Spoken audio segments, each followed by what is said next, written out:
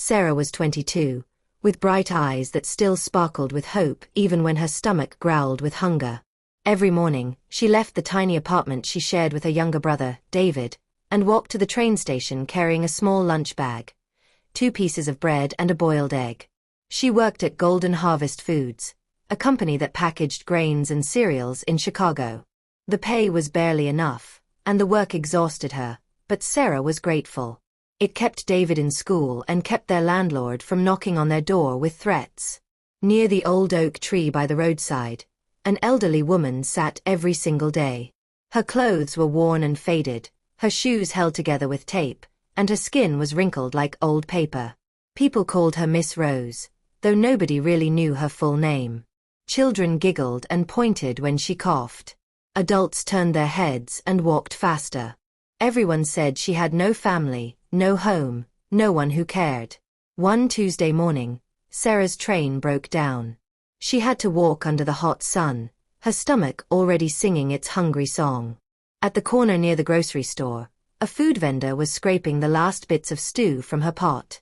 Sarah stopped, swallowing her pride like bitter medicine. "Please," her voice trembled. "Can I have the leftovers? I'll pay you later, I promise." The vendor looked her up and down, then glanced at Miss Rose sitting silently under the oak tree. "You want it for yourself?" "No, for her," Sarah said, pointing. "She looks so weak today." The food seller shook her head in disbelief, but pushed a foam container across the counter. It was the burnt rice from the bottom of the pot most people threw away. To Sarah, it looked like a feast. Some teenage boys nearby started laughing loudly. "Look at the pretty girl begging for scraps," one shouted. Another whistled and made rude comments. Sarah's face burned with shame, but she didn't respond. She carried the container carefully, like carrying something sacred. She knelt beside Miss Rose and smiled warmly. "Good morning, ma'am. Please eat." The old woman stared deeply into Sarah's eyes, seeing something pure there, something rare. "What's your name, child?" she asked, her voice thin but clear. "Sarah." The old woman nodded slowly. "A beautiful name. May God remember it." Sarah wiped the plastic spoon with a tissue and began feeding her, small spoon by small spoon. People passed by and stared. Some shook their heads in disapproval. Some laughed out loud. Sarah didn't stop. She fanned the old woman with a folded newspaper. She wiped the corners of her mouth with the last tissue in her bag. When the old woman finished eating, she touched Sarah's hand with her weathered fingers. "Child, kindness is a seed. Plant it deep, and no storm can blow it away." Sarah hurried to work, late and exhausted, but somehow her heart felt lighter than it had in months. She didn't know that the old woman sitting under that tree had once worn designer clothes instead of rags. She didn't know those worn shoes had once been expensive leather. She didn't know this street woman had a son who owned Golden Harvest Foods, the very company where Sarah worked.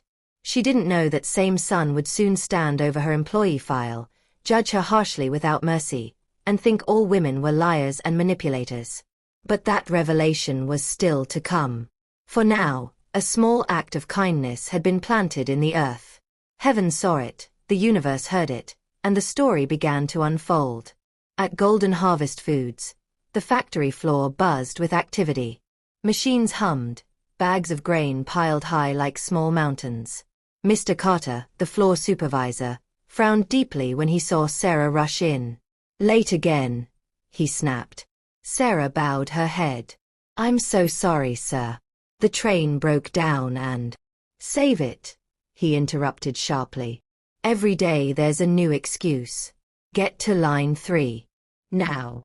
As she hurried to her station, her co-workers, Melissa and Jennifer, exchanged knowing looks. Melissa was the flashy type with long painted nails and expensive wigs every week. She had seen Sarah at the grocery store corner that morning. During break time, Melissa leaned back in her chair and said loudly enough for everyone to hear, "Not everyone who acts kind is actually good. Some people put on a show for attention." Jennifer laughed meanly.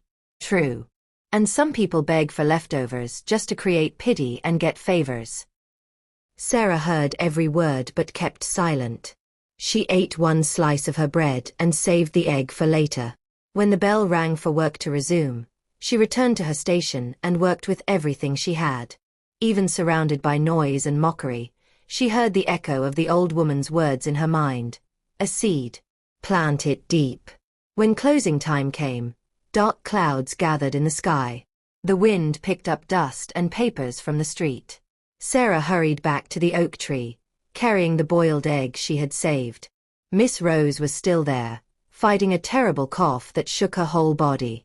"Here, ma'am," Sarah said gently, pressing the egg into her palm. "Tomorrow I'll bring you some hot soup." The old woman's eyes filled with tears. "Go home before the rain comes, sweet child." As Sarah walked away, the first drops of rain began to fall. On another street across town, a black luxury SUV rolled to a stop outside the Golden Harvest Foods headquarters. A tall man with a hard, stern face stepped out, checked his expensive watch, and stared at the building with cold eyes. His name was James. He had come to set things right at the company, to cut costs and eliminate weakness.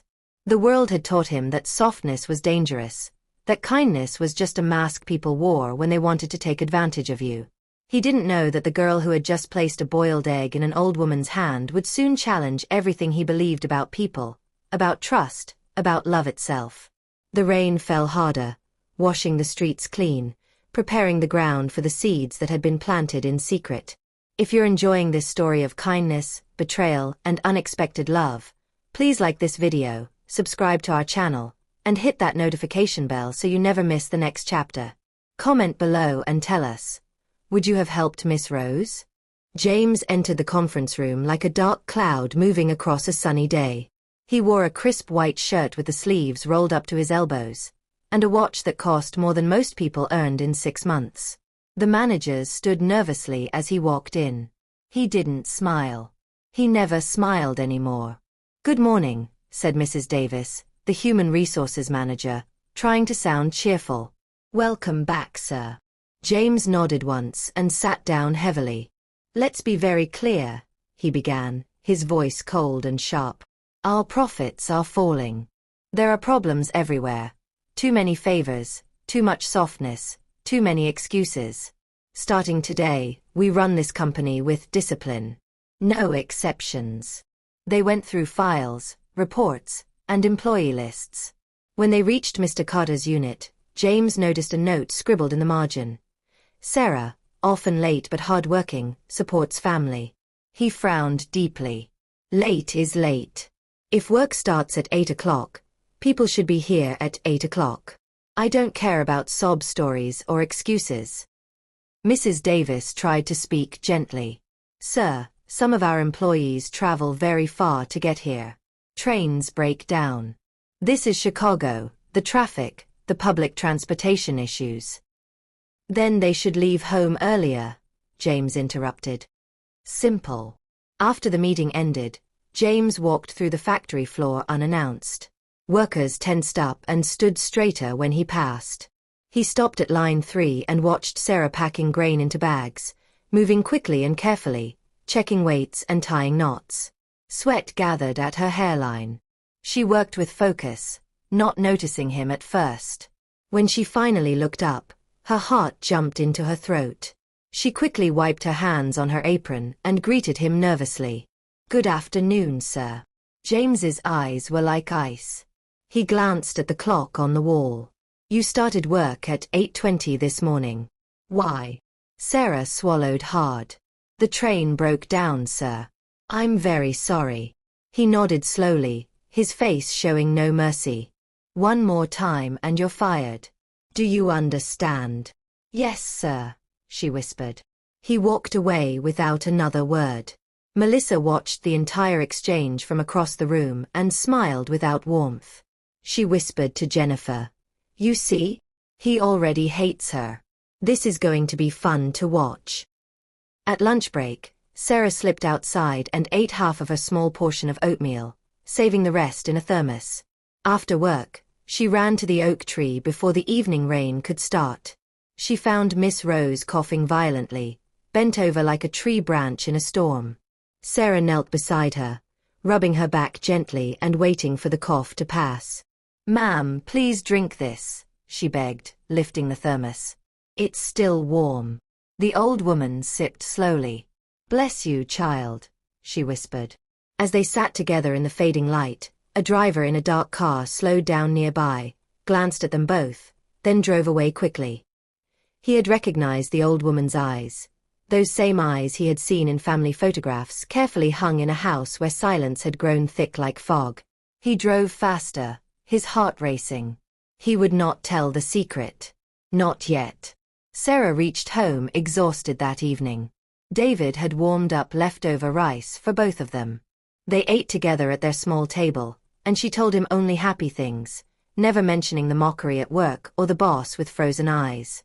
That night, before falling asleep, she whispered a prayer into the darkness.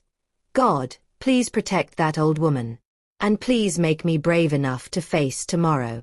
Far across the city, James stood alone in his luxury apartment by the floor-to-ceiling window, city lights glittering below him like fallen stars. He remembered another woman from his past, a woman with sharp eyes and a harder heart. He remembered how love had failed him, how trust had been broken into 1,000 pieces. He poured himself a glass of water and drank it with a clenched jaw. "People pretend," he told the empty room, his voice bitter. "I won't fall for lies again. Never again." But the story had already begun to bend itself around him, pulling him toward a truth he wasn't ready to face. Morning brought disaster. Miss Rose was not sitting under the oak tree. Sarah's chest tightened with fear. She ran to the nearby shops, asking frantically, "Please, where is the old woman who sits by the tree?" A fruit seller waved her hand dismissively. "Stop worrying about other people's problems. She fainted early this morning." Some boys carried her to the small clinic down the street. Sarah ran as fast as her legs could carry her. At the clinic, the nurse shook her head sadly. "We admitted her. She needs medical tests. Who is going to pay?" Sarah opened her small purse with shaking hands. She had money for train fare and half of the rent money she had been saving for weeks. Her hands trembled as she counted out the bills and handed them to the nurse. "Please start treatment with this. I'll find the rest somehow." The nurse looked at her with pity mixed with respect. "This is not nearly enough, but I'll do what I can. You can stay with her if you want." "Thank you," Sarah whispered, her eyes burning with unshed tears. They let her into the small ward. Miss Rose lay on a thin mattress, wrapped in a worn blanket. Her breathing was shallow, like gentle waves pulling away from shore. Sarah sat beside her and took her hand carefully. "Ma'am, I'm here," she said softly. The old woman's eyes opened slowly. "Child, I'll stay right here with you." Outside in the hallway, voices rose in cruel laughter.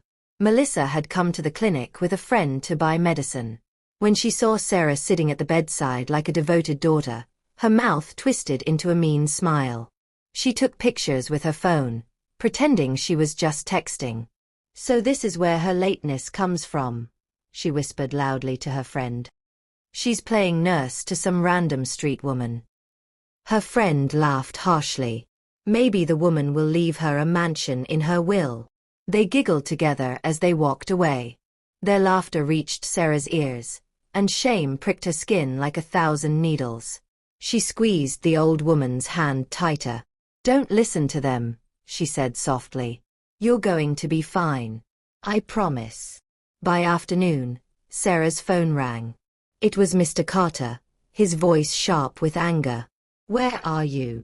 "At the clinic, sir. An elderly woman needs help and—" "Save your stories," he snapped. "If you don't show up for work tomorrow morning, don't bother coming back at all." The call ended abruptly. Sarah's throat tightened. She closed her eyes and prayed silently in her heart, asking for strength and wisdom. When evening came, she walked to the bus stop to go home and try to borrow money from a neighbor. The clouds were dark and heavy. Rain began to fall like a thick curtain. A black SUV stopped near the clinic gate. James stepped out, speaking impatiently to someone on his phone. He stood by the entrance, trying to avoid the rain. That's when he saw her again, the same girl from line 3, soaking wet, clutching a plastic bag. She slipped on the wet pavement, nearly fell hard, then caught herself and kept moving forward with determination. He frowned, confused. What is she doing here? He wondered. He turned to leave, but something made him hesitate.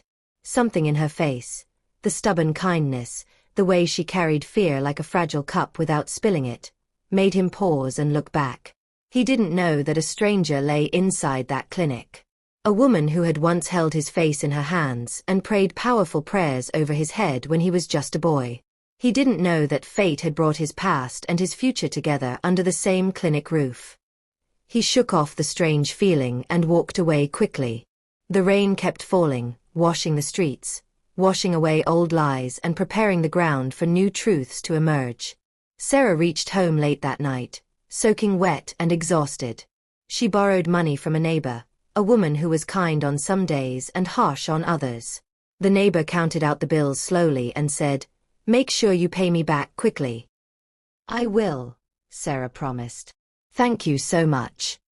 She returned to the clinic in the darkness, paid the nurse, and sat once again by Miss Rose's bedside. She whispered a lullaby her mother used to sing when life was still gentle, and she kept watch until dawn broke through the windows. James arrived early at Golden Harvest Foods the next morning. He called for stricter time management and ordered the security guard to lock the staff gate at exactly 8 o'clock. No exceptions, no excuses. When Sarah arrived, exhausted from her all-night vigil at the clinic, the gate was already locked. She begged the security guard desperately. "Please, sir. Just this one morning. I was at the hospital and—" He shook his head firmly. "Boss's new rule. No exceptions." Sarah stood by the fence, her chest tight with fear and frustration. A few workers pointed at her through the fence, whispering and laughing. Melissa took a sneaky picture with her phone and smiled with satisfaction. At 8:30, James walked by with Mrs. Davis. He saw Sarah standing outside like a beggar and gestured sharply to the guard. The gate opened with a loud clang. Sarah hurried inside, breathless and close to tears. "Thank you, sir." James's face remained blank and cold. "See Human Resources after your shift ends." All day long, Sarah worked like two people, pushing aside her fear and exhaustion.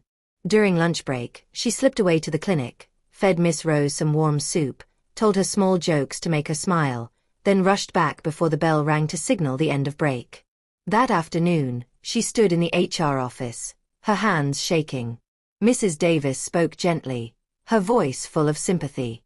"Sarah, I know you're trying your best, but the new rules are very strict. We have to issue you a formal warning letter. One more incident and it becomes termination." Sarah nodded, tears burning behind her eyes.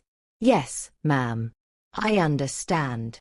When she walked out of the office, James was standing in the corridor, speaking with a supplier. He watched her pass by, her face pale but somehow still steady and strong. Something pinched uncomfortably in his chest. He pushed the feeling away and returned to his work. At closing time, a cleaner accidentally spilled water near the stairs. Melissa and Jennifer laughed loudly when the older woman slipped and dropped a bucket with a crash. "Old people should retire," Melissa said cruelly, loud enough for everyone to hear. Sarah ran to help the cleaner, ignoring the laughter completely. She cleaned up the water, picked up the bucket, and held the woman's elbow until she was steady on her feet again. James stood on the landing above, hidden in shadow, watching everything. He saw how the others mocked and how Sarah moved without pride or hesitation, just pure kindness. It confused him deeply. He had seen too many people who pretended kindness for praise or personal gain. This girl didn't look like she was pretending, but his walls were built high and thick. That evening, Sarah reached the clinic carrying bread and hot tea. She sat by Miss Rose once again, and the old woman looked a little stronger, even managing a weak smile. "You came back," she whispered. "I'll always come back," Sarah promised. Miss Rose squeezed her fingers gently. You remind me of someone I loved very much before the world became so hard. She didn't say my son. She didn't say James.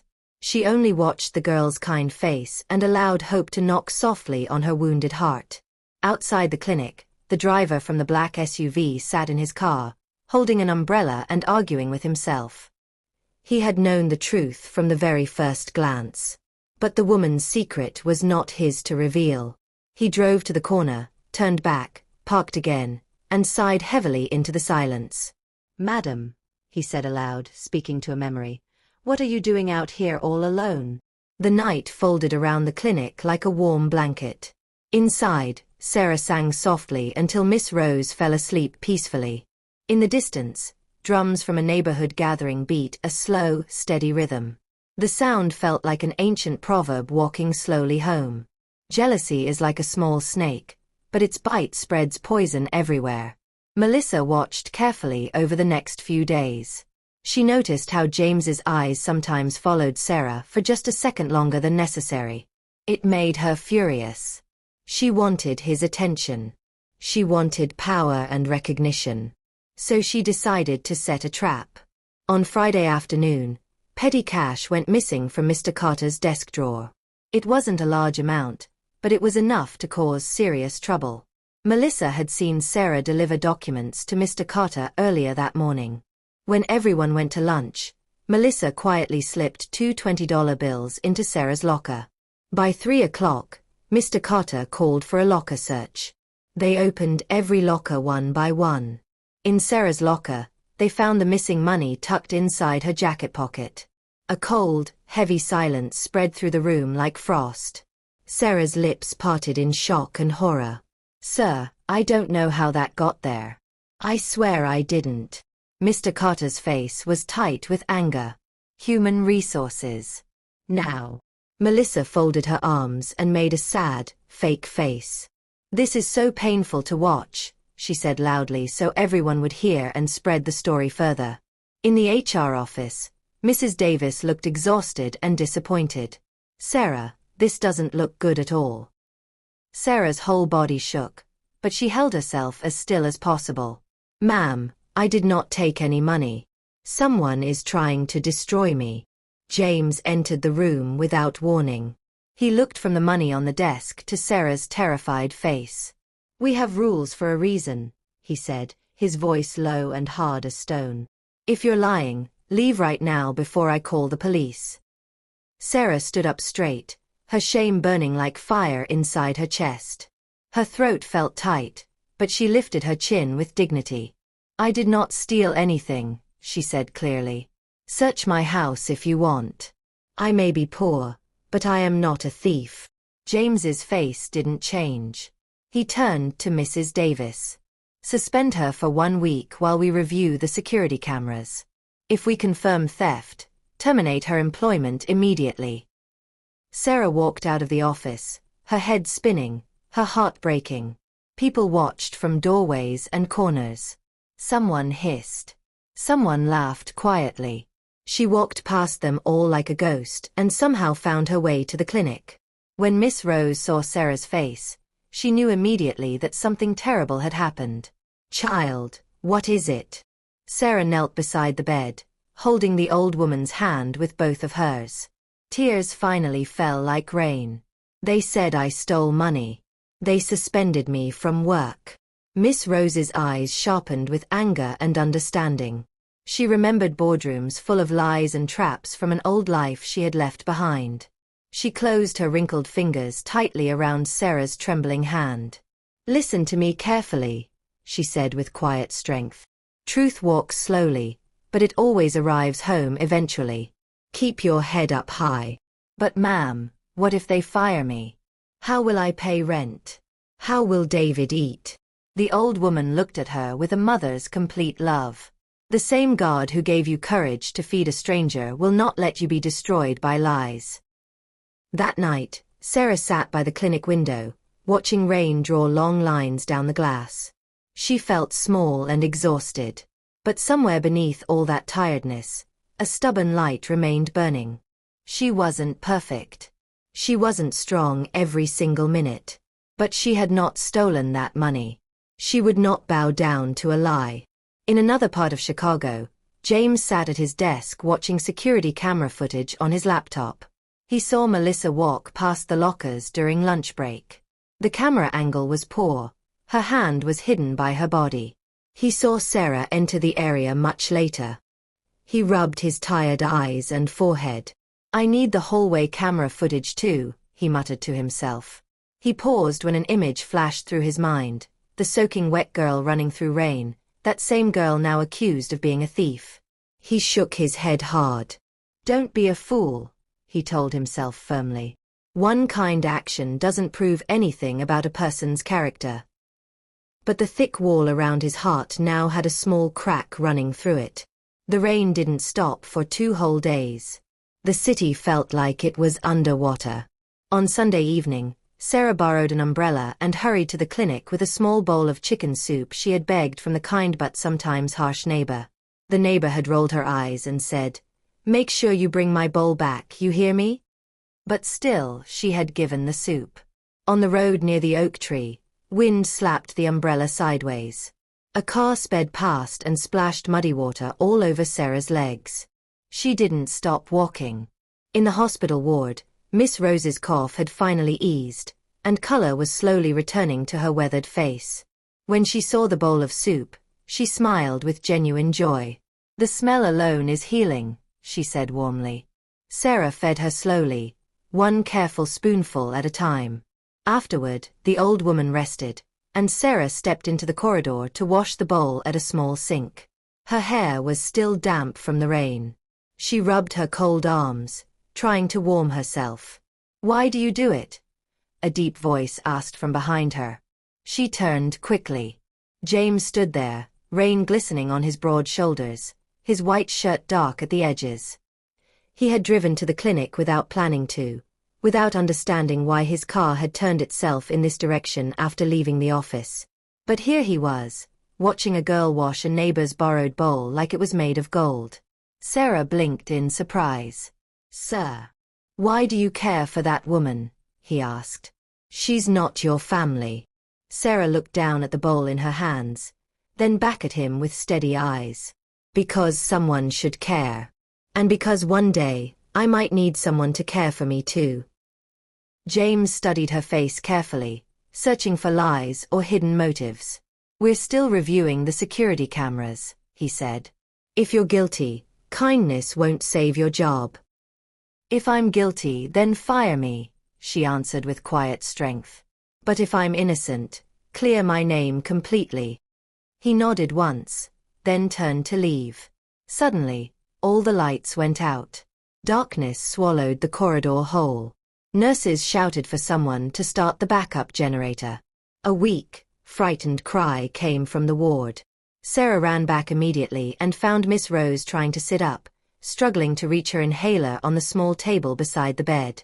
Sarah guided her hand gently, found the inhaler by touch alone, and helped her use it properly, counting the breaths out loud. When the old woman's breathing calmed down, Sarah wiped her face tenderly with the edge of her scarf. James stood silently in the doorway. A nurse's small flashlight cut a thin beam through the darkness. Something shifted deep in his eyes.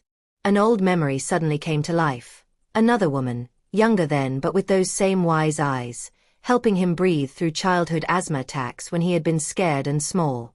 He shook the memory away like shaking water from his hair, then stepped outside into the rain. The backup generator roared to life. Light flooded back into the building. Miss Rose looked at Sarah with both pride and a quiet worry growing beneath her ribs. The time for revealing the truth was approaching fast, whether she was ready or not. On Monday morning, Sarah stayed home because of the suspension. She cooked beans for David, left him an encouraging note on the kitchen table, and went to the clinic early. The nurse smiled warmly when she arrived with fresh bread. "Young lady, you have the kindest heart I've ever seen," the nurse said with admiration. Sarah smiled back shyly. "I'm only doing what my mother would have wanted me to do if she was still alive." Inside the ward, Miss Rose sat up looking brighter and stronger than before. She wore a borrowed scarf neatly tied on her head. They ate breakfast together and talked in small, comfortable pieces. The old woman told short proverbs after each pause, like placing stepping stones across a river so the girl could cross safely. "Never be afraid of the road that is honest," she said wisely, "even when it's rough and difficult."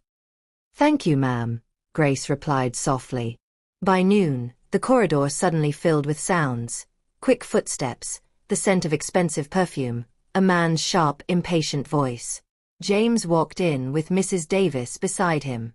He hadn't planned this visit, but the security cameras had finally revealed a clearer story.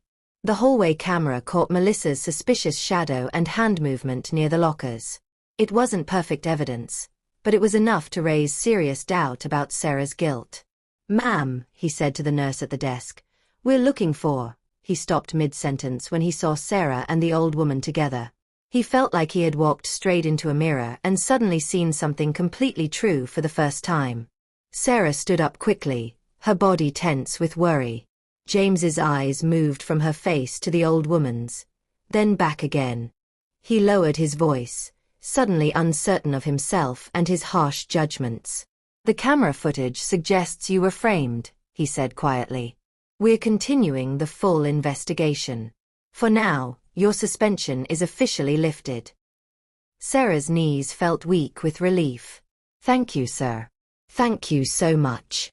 A small smile almost touched James's hard mouth, but it died halfway across his lips. He turned to leave, then stopped. The old woman had been watching him the entire time, steady, silent, knowing. When he turned to face her fully, the air in the room seemed to shift and change. For one single heartbeat, he saw past the faded scarf and deeply wrinkled skin. He saw a pair of eyes he knew intimately. Eyes that had once scolded him and blessed him on the same day when he was young. He blinked hard, and the image dissolved like smoke. "Ma'am, good afternoon," he said, his voice suddenly rough with emotion. "Good afternoon, son," she answered gently. She used the word son, the way elders address younger men with affection, but the word brushed against something tender and dangerous inside him. He left quickly, his chest tight, confusion walking beside him like a living person. Outside, he told Mrs. Davis to prepare an official letter clearing Sarah's record while the investigation continued properly. Back inside the ward, the old woman reached for Sarah's hand. Her palms felt warm now, no longer cold and weak. "You stood firm," she whispered with pride. "And truth stood right beside you." Sarah smiled through happy tears. "I almost fell apart completely." "The wind is always strong," Miss Rose said wisely, "but your roots run deep into good soil." Sarah laughed softly and wiped her wet face. She didn't know she had just passed a test written in a language older than words on paper. She didn't know the old woman wasn't just a stranger she had fed with kindness. She was the mother of the man who held power over her entire livelihood. She didn't know that Miss Rose's heart was arguing fiercely with itself. Keep hiding a little longer, or finally let the mask fall away. Golden Harvest Foods announced an emergency all-staff meeting. Everyone had to attend, all shifts, no exceptions. James stood on a small raised platform with the managers lined up beside him. He spoke about waste, about company standards, about loyalty and honesty. His voice was calm but carried the weight of iron. The workers listened, exhausted and curious about what would happen next. Then Mr. Carter stepped forward holding a box of employee recognition certificates. He began calling names. People clapped politely. Sarah stood at the very back of the large room, hands clasped together tightly. She didn't expect anything good. She only prayed silently that her name wouldn't be called out in shame. Melissa's name came first for workplace consistency.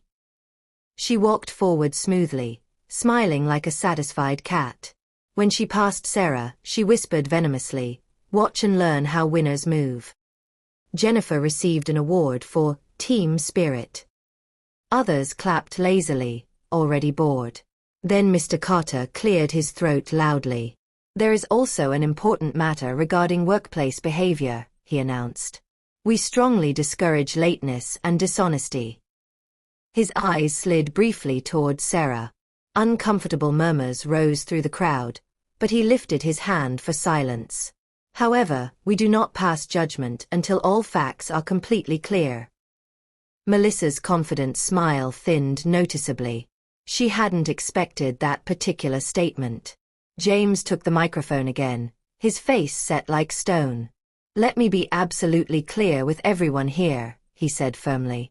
"If you set traps for your colleagues, understand this: truth has very long legs. It will catch up to you eventually." His sharp gaze swept across the entire room and held for just a fraction of a second on Melissa. Her stomach flipped with sudden fear. A man somewhere in the crowd shouted out rudely, "Sir, what about people who beg at markets and make the whole company late for work?" Harsh laughter exploded through the hall. Several pairs of eyes turned cruelly toward Sarah. Someone coughed and muttered, "Street charity case." The laughter grew louder and meaner. James's jaw tightened with anger. He hated noisy cruelty more than almost anything. He lifted his hand sharply for silence. "This is a professional company," he said coldly, "not a marketplace for cheap gossip. If you have enough time to laugh at other people, then you have enough time to double your work output." The hall went completely quiet, but shame had already climbed up Sarah's neck like burning heat. She stared at the floor and wished desperately that it would open up and swallow her whole. She felt utterly alone in a sea of hundreds of bodies. After the meeting ended, Melissa grabbed Jennifer's arm near the restroom. "He was staring directly at me," she hissed, her eyes wild with panic. "I need to finish this girl completely. If she stays here, I'll never rise in this company." "How?"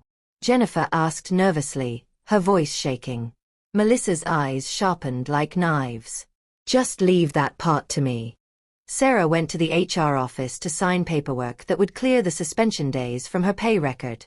Mrs. Davis spoke with genuine warmth. "Hold on tight, Sarah. I believe in you. The camera evidence is helping your case." Sarah nodded, her eyes glistening with grateful tears. "Thank you so much, ma'am." That night, James couldn't sleep at all. He sat at his desk with financial spreadsheets open on his laptop, but all he could see was a girl washing a borrowed bowl under a clinic sink. All he could see were an old woman's steady, knowing eyes in that dim hospital ward. His phone buzzed with a text message. A friend had written, "Dinner tomorrow night? New club downtown. Full of beautiful women." James typed back quickly, "I'm busy." He dropped the phone on the desk and stared at it. He didn't recognize himself anymore. He stood by his apartment window and watched rain trace slow paths down the glass. Somewhere out there in the wet city, a truth was wrapping itself like a newborn baby in clean cloth, waiting patiently for its moment to be born into the light. After work the next day, Sarah didn't go straight to the clinic. She walked to a small church near the bus stop and sat alone in the last wooden pew. The bench was hard beneath her.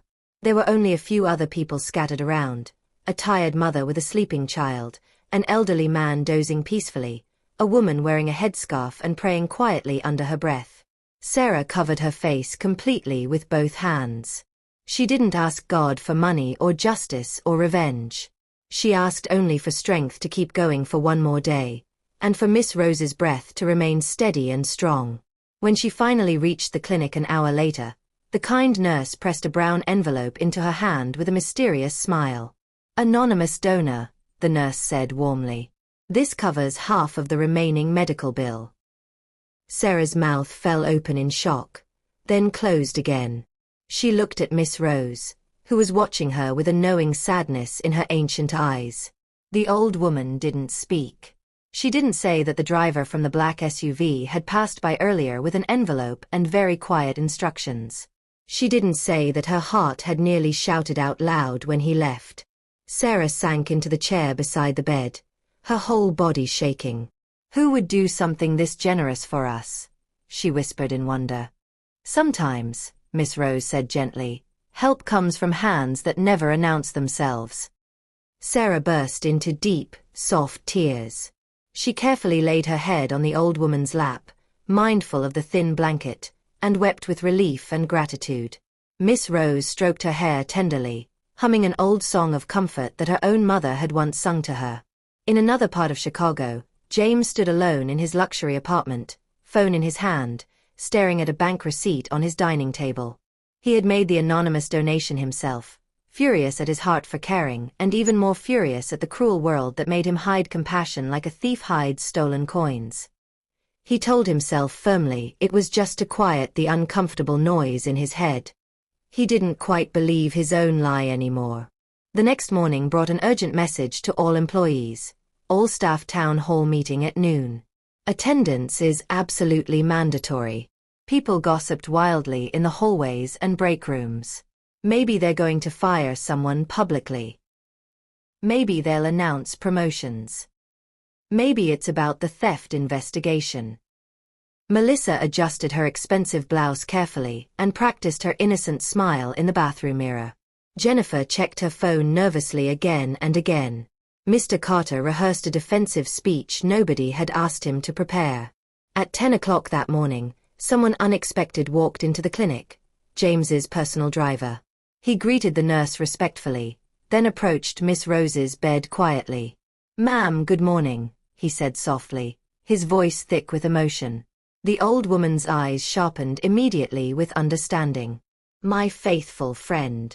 "Madam," he whispered carefully, "the boss is holding a big staff meeting today. Do you want to attend? Do you want the truth to finally come out?" She looked at Sarah, then back at the driver with deep thought in her eyes. "Yes," she said firmly. "Bring a wheelchair, please. Some truths absolutely need a crowd of witnesses." Sarah blinked in confusion. "Ma'am, are you sure? It will be noisy and crowded and—" The old woman smiled with quiet determination. "Some truths need to be spoken in front of many people, child." They arrived at Golden Harvest Foods just before noon. The security guard at the main gate frowned suspiciously at the wheelchair, completely unsure what to do. Then he saw Sarah pushing the chair, and he grinned meanly. "Clinic shift turning into company visit," he sneered. "What's next?" Then he noticed the driver standing protectively nearby and froze completely. The driver nodded once, his face stern. "Open the gate. Now." The guard stepped aside immediately, his face pale with sudden fear. Inside the massive assembly hall, workers gathered in neat rows. The stage was simple: a long table, 2 microphones, a projector screen. James stood perfectly straight, his jaw set hard, his eyes cold. Mrs. Davis and the IT director stood on either side of him. Mrs. Davis's face was calm but absolutely firm. Sarah pushed the wheelchair to the very back row and sat down quietly beside Miss Rose. People immediately turned to stare. Loud whispers started spreading like wildfire. "Why is that street beggar woman here? So Sarah brings her charity cases to our workplace now? Completely shameless behavior." The cruel words floated through the air like poisonous flies. Miss Rose sat perfectly still, her weathered hands folded calmly in her lap, her eyes fixed steadily on the stage. She showed no reaction to the insults. Melissa saw them both and smiled with deep satisfaction. Perfect, she thought wickedly. When the boss publicly shames Sarah today, everyone will witness her total humiliation. James stepped up to the microphone with purpose. "Good afternoon, everyone." The hall answered in a dull, tired wave of voices. He looked slowly across the crowded rows, then down at his prepared notes. "We are gathered here to discuss professional standards and the absolute importance of truth in this workplace." A soft hush began spreading through the room like a wave. He clicked a button. The projector screen lit up with security camera screenshots. Time-stamped video clips began playing, footage of the locker corridor during lunch break. A figure moved suspiciously near Sarah's locker. The camera angle wasn't perfectly clear, but the distinctive hairstyle and designer jacket were unmistakably familiar. Another clip showed the security supervisor standing near the lockers with the master keys, lingering far too long, looking around nervously. Another clip showed Melissa, Jennifer, and 2 other workers huddled together in a corner, phones out, faces bright with malicious gossip and laughter. Uncomfortable murmurs rose quickly. Heads turned. Eyes shifted sharply toward Melissa. James's voice remained perfectly steady and cold. We also successfully traced a fake social media account that posted cruel lies about a staff member's personal character. The account was created and actively used from devices that regularly logged onto our company Wi-Fi network during business hours. The device IDs match 3 specific employee identification numbers. Heavy silence settled over the room like a thick fog. Finally, he continued, the leak of a private photograph taken inside this building was actively encouraged by a supervisor who reacted with mocking laughter instead of stopping the harassment immediately. Mr. Carter's face drained of all color. Melissa suddenly stood up, furious and panicked. "This is not real proof," she cried out desperately. "Anyone could have." James lifted one hand sharply. "You will have your chance to speak after Human Resources presents the complete findings." Mrs. Davis stood and began reading from an official report, her voice calm and absolutely clear. Device access logs, precise timestamps, hardware identification numbers, written witness statements from 2 janitorial staff members, and a detailed statement from the market vendor who personally observed Ms. Melissa Parker photographing a private medical visit through a clinic window while deliberately pretending to send text messages. She paused and looked up. The evidence forms a consistent pattern. Not perfect, but substantial enough for disciplinary action. James looked out at the silent crowd. "We will conclude the administrative portion in just a moment," he said clearly. "But first, I want to introduce someone very important who has something crucial to say to all of you." He stepped deliberately away from the microphone. The driver wheeled Miss Rose forward slowly. Confused heads tilted. Mouths tightened. Some people actually laughed out loud. This whole thing is turning into some kind of drama show." The old woman rested her weathered hands calmly on her lap and looked out at the sea of faces. Her voice, when it finally came, was soft but carried powerfully through the room. "Good afternoon, my children." Something in the way she said those simple words made the entire hall go absolutely still and silent. She didn't start with names or accusations. She started with a story. Her story. "I have been sitting by an oak tree on the street corner," Miss Rose said gently, "because I wanted to discover if this city still has a heart beating inside it. Many people passed by me every single day. Some looked away quickly. Some laughed at my appearance. Some whispered cruel words." She paused, letting her words sink deep into the silence. "But one young girl," she continued, her voice growing stronger, "one beautiful soul knelt down beside me without hesitation and fed me carefully, spoon by spoon. She wiped my mouth tenderly with her very last tissue. She did it again the next day. And again the day after that. She kept coming back when no one else cared whether I lived or died." A sound moved through the massive hall, a small, guilty wind of shame. Miss Rose turned slightly in her wheelchair and pointed directly at Sarah with a steady hand. "That girl sitting right there in the back." Sarah froze completely. Her hands began shaking uncontrollably. Her throat tightened until she could barely breathe. She felt as if the entire floor had suddenly moved beneath her feet. The old woman faced the crowd again, her voice deepening with power. "I deliberately hid my true identity because my son had completely forgotten how to trust other people.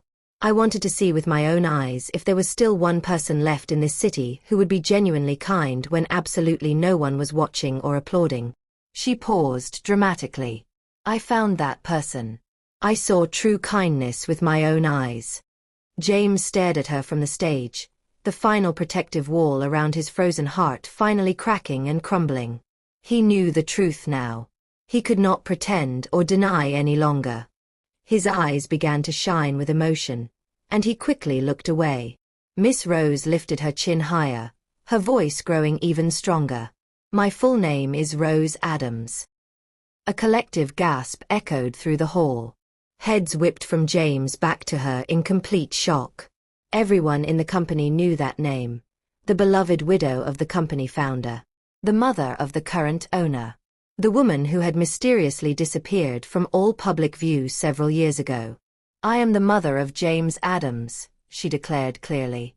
"I have been watching from the street and from the hospital clinic. I have witnessed some of you mock and ridicule. I have watched some of you hide lies and throw dirt at a girl who had almost nothing but still gave everything she had." Her eyes found Melissa in the crowd. "You." The single word carried tremendous weight. Melissa's confident face crumbled. "And you," Miss Rose said, her gaze moving to Jennifer. "And you," she added, turning toward the security supervisor. "All of you threw stones with laughter in your hearts. You deliberately planted money in an innocent person's locker and spread a vicious lie throughout this company. You tried to break a back that was already carrying far too much weight." Jennifer broke first, tears spilling down her cheeks. "I'm so sorry," she whispered, her voice shaking with genuine remorse. "I just followed along. I was weak and stupid." Melissa lifted her chin, still angry and terrified. "This is some kind of setup," she said, her voice trembling. "Old woman or not, you can't just." Miss Rose didn't raise her voice at all.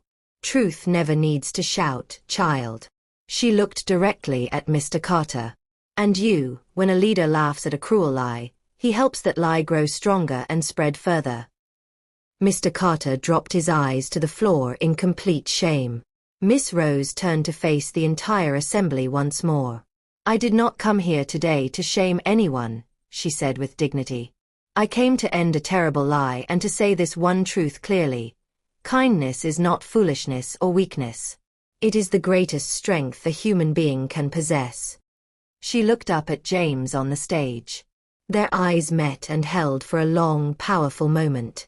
A soft line of relief appeared in her weathered face. "Son," she said, her voice finally unsteady with emotion, "can you see clearly now?" James swallowed hard. A boy and a grown man existed in the same body at the same moment. "I can see, Mother," he said, his voice low and thick. "I can finally see the truth." The hall remained in absolute silence. Some people had tears streaming down their faces. Some stared at the floor, drowning in shame. Miss Rose folded her hands again peacefully. "I have finished saying what needed to be said." James stepped forward. The entire atmosphere in the room transformed as if a window had been thrown wide open. "Human Resources will issue official letters today," he announced, his voice calm but carrying the weight of iron. "Effective immediately, Melissa Parker, Jennifer Martinez, and Thomas Shaw are placed on indefinite suspension without pay, pending final disciplinary action and possible termination. Mr. Carter is also placed on indefinite suspension for failing to protect staff members and for actively participating in harassment." A powerful ripple ran through the shocked crowd. Melissa's mouth opened and closed like a fish. "Indefinite?" she cried desperately. "All because of that girl?" "Because of truth and justice," James answered firmly. "Security will escort you immediately to clear your desks and leave company property. There will be no more public ridicule or harassment tolerated in this workplace. Ever." Melissa broke into angry, desperate tears. "She bewitched all of you," she shouted, pointing an accusing finger at Sarah. "She's pretending. It's all an act." "Enough," Mrs. Davis said softly but with complete authority, stepping between them. "Leave with whatever dignity you have remaining." Jennifer walked forward on unsteady legs, crying hard. She stopped directly in front of Sarah and whispered brokenly, "I am so sorry for everything. Please forgive me." Real, genuine remorse filled her eyes. Sarah nodded through her own tears. "I forgive you," she said softly. Her voice was small but absolutely steady. The security supervisor stared at the floor, shame sitting heavy on his shoulders like a physical weight. Mr. Carter tried to speak and completely failed. He simply covered his face with both hands. James turned to address the entire hall one final time. "For everyone who laughed while this injustice was happening," he said seriously, "learn something important from today. We will all be better human beings, or we will not work here. That is my promise to you." He set the microphone down with finality. The meeting ended with no applause, only an honest, thoughtful quiet. People began moving slowly. Many went straight to Sarah, their faces soft with genuine shame and regret. "We are so sorry," they said, voices thick with emotion. "We believed lies. We were wrong. Please forgive us." She nodded to each person, her eyes wet, her chest shaking with a powerful mix of pain and relief. James walked towards Sarah but stopped halfway across the room, suddenly uncertain and vulnerable. Miss Rose watched them both carefully, a small, knowing smile hiding at the corner of her mouth. Her plan had never been to embarrass anyone publicly. It had only been to open blind eyes. The eyes were finally wide open now. The driver wheeled her toward the back of the hall. She sat quietly, her hands folded peacefully, letting her son and the girl find each other without her voice pushing them together. Sarah turned slowly and saw James standing there. They faced each other, two wounded people on a street that had finally been cleared of dust and lies. "I am so sorry," he said first, his voice cracking with emotion. "I was hard. I was blind. I was cruel. I thought everyone was the same, liars and manipulators. I let your good name carry dirt and shame. I was completely wrong about you." Sarah's tears fell freely. "I was afraid," she admitted. "Not just of losing my job, I was afraid of losing my ability to trust and hope and love." "I know that fear," he said quietly. "I let it turn me into someone cruel just to protect myself from being hurt again." Around them, the hall slowly emptied. In the back corner, Miss Rose sat quietly, joy pressing warm and gentle behind her eyes. Her weathered hands, folded carefully in her lap, trembled just slightly with relief and happiness. 3 months passed. The seasons turned. Change came like gentle rain. James and Sarah met regularly in a small office with a window that faced the old oak tree where everything had first begun. "I should have protected you from the very first day," James said one afternoon, pouring water for Sarah and pushing the cup toward her with both hands, as if handing her something infinitely precious. "You protected me when it mattered most," Sarah replied gently. "You chose truth over lies. That's what counts."